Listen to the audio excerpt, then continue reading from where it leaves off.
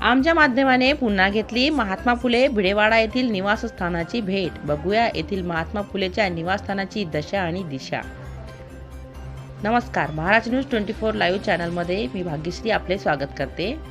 Maharashtra news 24 live चॅनलच्या उपसंपादिका Monali madam तसेच पुणे जिल्हा विशेष प्रतिनिधी विशाल राठोड यांनी परत एकदा घेतला पुण्यातील महात्मा फुले यांच्या निवासस्थानाचा आढावा। तेथे जाऊन काही खास गोष्टींचा आढावा तसेच त्यांना भेटल्या महाराष्ट्र शासनाचा पुरस्कार ज्यांनी नाकारला त्या उल्का दीदी तसेच मोनाली मॅडम यांनी दीदींची घेतलेली छोटीशी मुलाखत। तर श्रीमती मोनाली मॅडम यांनी या दीदीला विचारलेले काही प्रश्न आणि दिलेले त्यांनी उत्तरे आपण बघणार आहात आमच्या या माध्यमाद्वारे। चला तर मग, तुम्ही जर नवीन असाल आणि आमच्या यूट्यूब चॅनल सबस्क्राईब केले नसेल तर आमच्या यूट्यूब चॅनलला सबस्क्राईब जरूर करा आणि लाईक शेअर नक्की करा।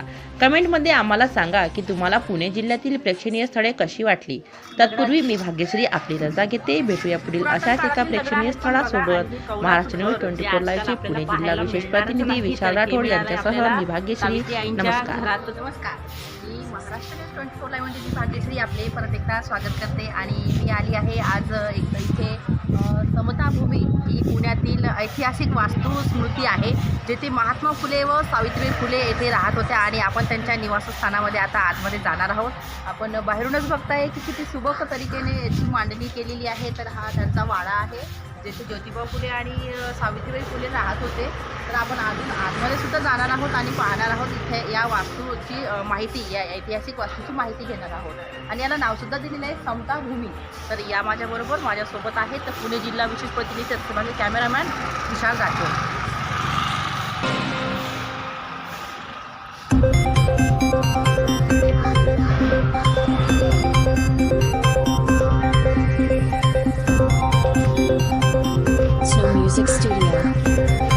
सुरुवातीला स्त्री शाळेची ही जी प्रतिकृती इथे उभारलेली आहे आणि बाजूला विहीर सुद्धा तुम्हाला दिसत आहे। तर आपण पाहतायत की येथे किती छान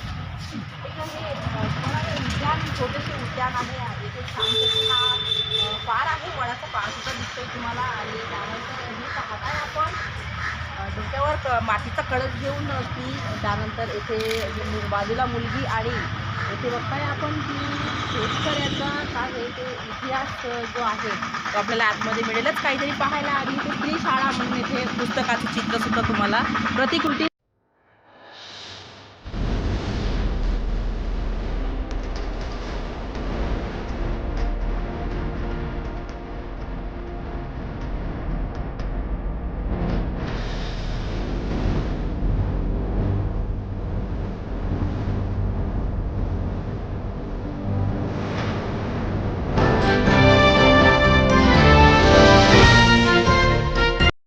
जाणाऱ्या पुण्यामध्ये आपण आज आपलं हे अहोभाग्य आहे की मी परत एकदा महात्मा फुले आणि सावित्रीबाई फुले यांच्या अंगणात उभी आहे। म्हणजे मी सुद्धा आज परत एकदा मी माहेरातच आलेली आहे आणि मला खूपच आनंद होत आहे की आपण माझ्या माध्यमाद्वारे आपण या ऐतिहासिक स्थळाची म्हणजे काही मी तुम्हाला माहिती देऊ शकेल।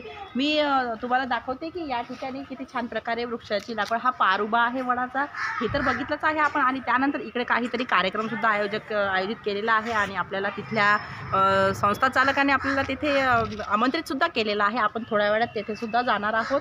त्यानंतर तेथे तुम्हाला एक प्रतिकृती म्हणजे एक चित्र दिसतंय तुम्हाला महात्मा फुलेंचं, तिथे समता भूमी म्हणून नाव आहे। आणि हा दिसतोय जो महात्मा फुले यांचा वाडा आहे, पण हा सध्या लॉक जरी असला हा बंद आहे, पण तरीसुद्धा आपण तुम्हाला बाहेरून दाखवू शकते मी की बघा हे किती छान दिसतंय। मला वाटतं की मातीचं सारवण वगैरे ज्याला आपण म्हणतोय हे शेणामातीचं सारवण आहे या वाडाने आपल्याला सांगितलेलं आहे। तर बघा आपण ही हाताला म्हणजे मातीसुद्धा लागलेली आहे आणि मला वाटतं की या बाजूला सुद्धा काहीतरी आहे, इथे खिडक्या आहे आणि तिकडून त्या बाजूला दार सुद्धा उघडा आहे। तर आपण आतमध्ये सुद्धा जाणार आहोत। मी त्याआधी तुम्हाला हा बाहेरचा भाग दाखवते।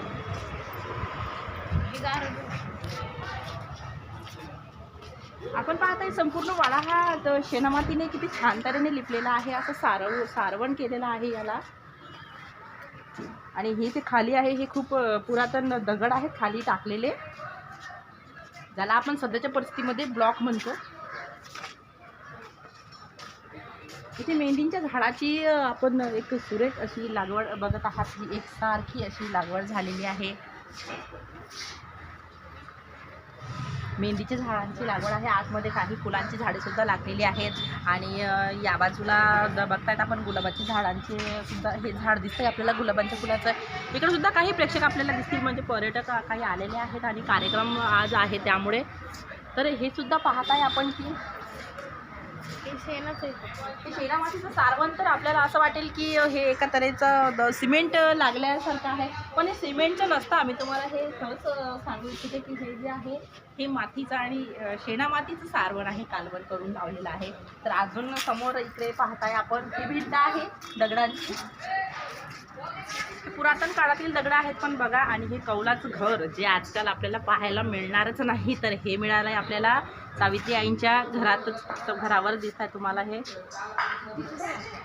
हे मला वाटतं की हे वृंदावन आहे, जुनंच वृंदावन आहे. जरी ह्या झाडाची लागण नवीन असली तरी हे वृंदावन सावित्री आईंच्या हातचं आहे. आपण पाहताय किती सुरेख तऱ्हेने आणि याची सजावटही आपण पाहताय. ही दगडांची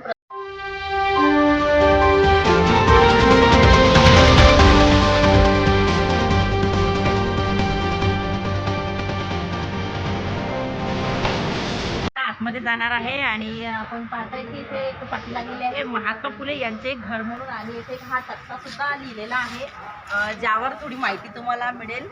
त्यांच्या समाधीबद्दल इथे माहिती आहे. तर आपण पाहताय आणि या माझ्याबरोबर आतमध्ये.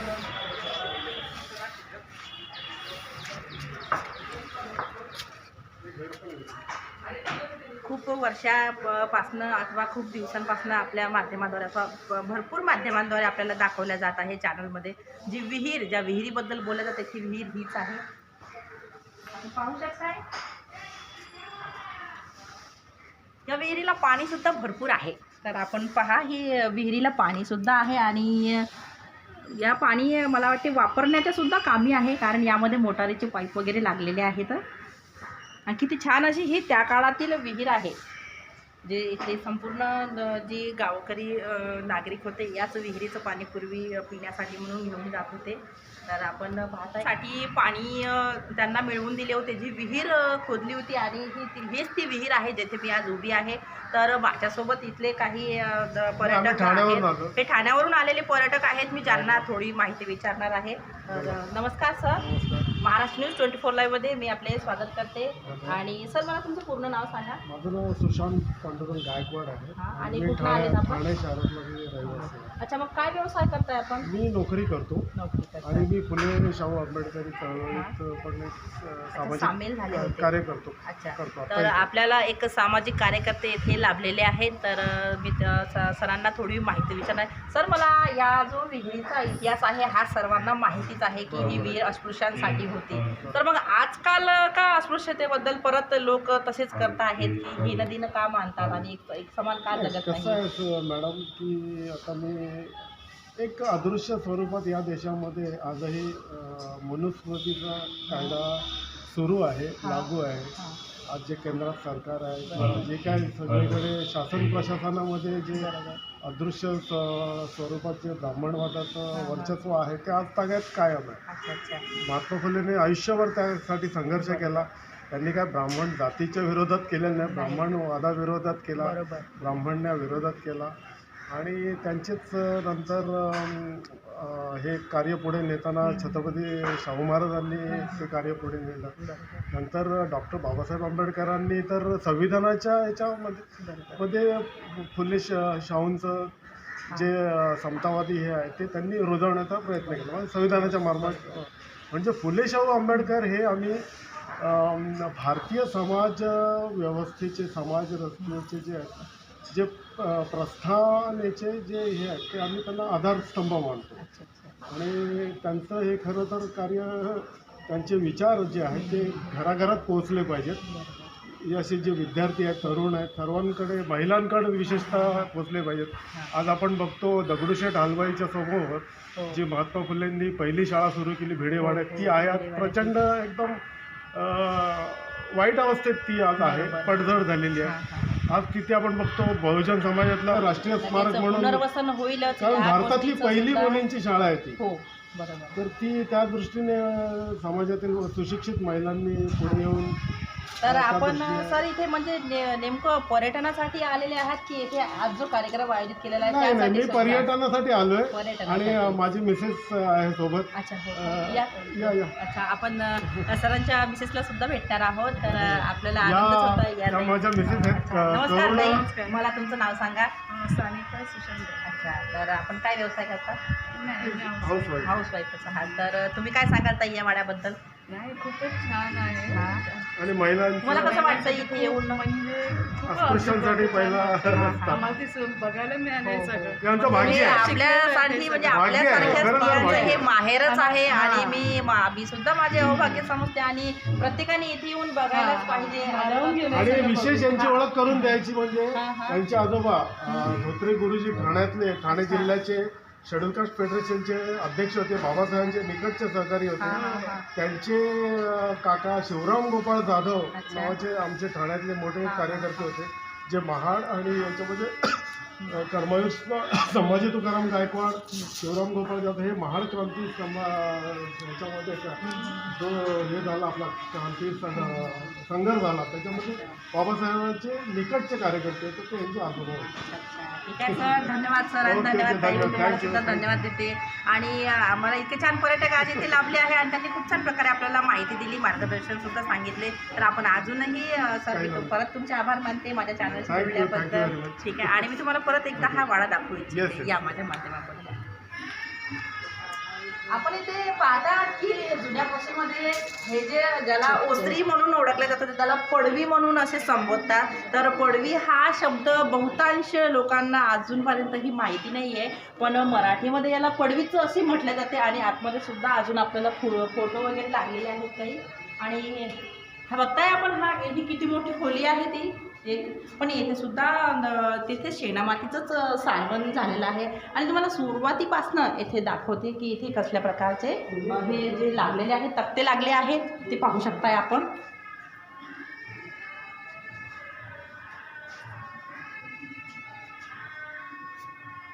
हे महात्मा फुलेंचे इंग्रजीमध्ये हस्ताक्षर येथे पाहताना दिसत आहे तुम्हाला. त्यानंतर येथे मोडी हस्ताक्षर म्हणून येथे नाव दिलं आहे. या हस्ताक्षराला मोडी हस्ताक्षर म्हणून ओळखलं जात होते. आणि यांचे महात्मा फुले यांचे डाव्या हाताचे मराठी हस्ताक्षर पाहत आहे आपण. जेथे उजव्या हाताने सुद्धा म्हणून जमणार नाही, तर डाव्या हाताने. त्यापुढे त्याची व्याख्या काय, सत्यमेव जयतेची व्याख्या सुद्धा इथे मांडलेली आहे, की जरी व्यवस्थित दिसत नसेल तरी सुद्धा आपण पाहताय. आणि त्यानंतर हे सुद्धा आहे एक मृत्यूपत्र किंवा मग दत्तक घेण्याचे अधिकारपत्राची नकल आहे ही. आणि इथे हे सर्वच काही आपल्याला म्हणजे प्रत्येकी आपल्याला काय इथे समजा मिळतं आहे योगदान, अनुदान, सर्व गोष्टींचं, ज्यामध्ये आपला कशाचा वाटा आहे कोणीच हे नाही आहे. आजकाल अस्पृश्य मानत नाही अथवा आपण जातीभेद विसरून जावा, पण आपल्याकरिता किती इथे प्रकारचे सर्व काही सूची लागलेल्या आहेत आपण पाहताय.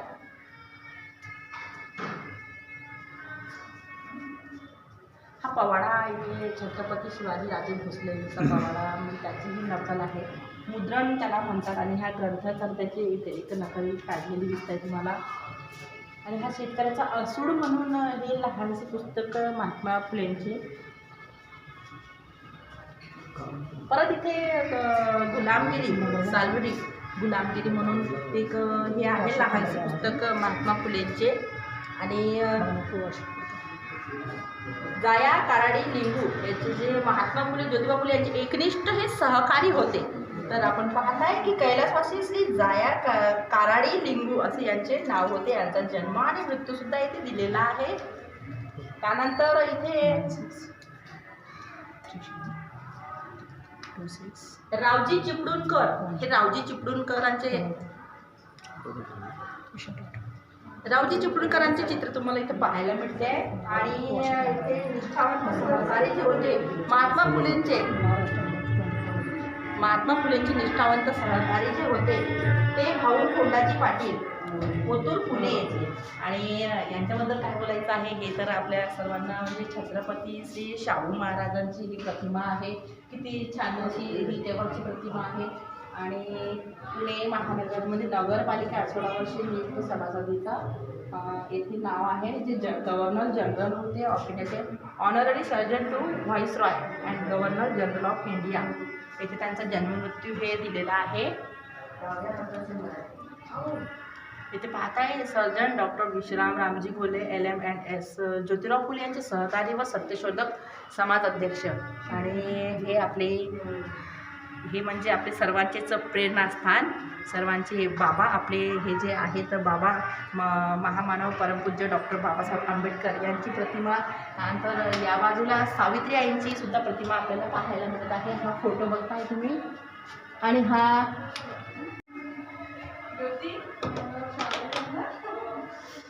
आणि हाच तो फोटो जेथे आज मी आली आहे. आणि हे आज माझं एक माहेर म्हणूनच मी याला संबोधणार आहे. तर माहेरातच मी आलेली आहे. आणि हे जे आहेत हे आपले आईवडील. तर आपण पाहताय की महात्मा ज्योतिबा फुले आणि त्यांच्या सोबतली सावित्रीबाई फुलेची ही किती मोठी प्रतिमा आपण पाहायला, ही भरभक्कम प्रतिमा इथे तुम्हाला पाहायला मिळत आहे. तर या बाजूने सुद्धा काही असे छायाचित्र म्हणजे फोटो तुम्हाला पाहायला मिळते, ज्याखाली सर्वांचीच अशी माहिती लिहिलेली आहे. जी पहिली शाळा होती आणि सावित्रीबाई फुलेंचा सत्कार वगैरे. त्यानंतर हा बघताय जातीभेद नष्ट हो त्यासाठी सुद्धा एक दिंडी येथे काढलेली तुम्हाला दिसत आहे. आणि याही बाजूला प्रौढांचे सामूहिक विवाह म्हणून येथे एक ही पाटी लागली. तर प्रौढांचे सामूहिक विवाहाची पाटी तुम्हाला दिसते. आणि हे छायाचित्रसुद्धा किती छान तऱ्हेने काढलेले आहे. हे चित्र आपण पाहत आहे. आणि येथे स्त्रियांची रात्रशाळा, जिथे स्त्रियांना शिकायला बंदी होती. तर त्या सावित्रीबाई फुलेंवरच तर शेणाचा मारा झाला होता. आपण ते आपल्याला इतिहासामध्ये ही संपूर्ण माहिती आहे. तर त्यासाठी सावित्रीबाईंनी दिव्याच्या ज्योतीमध्ये ही रात्रशाळा काढलेली होती. दिव्याच्या ज्योतीमध्ये आपण रात्रशाळेचं हे चित्र पाहत आहात.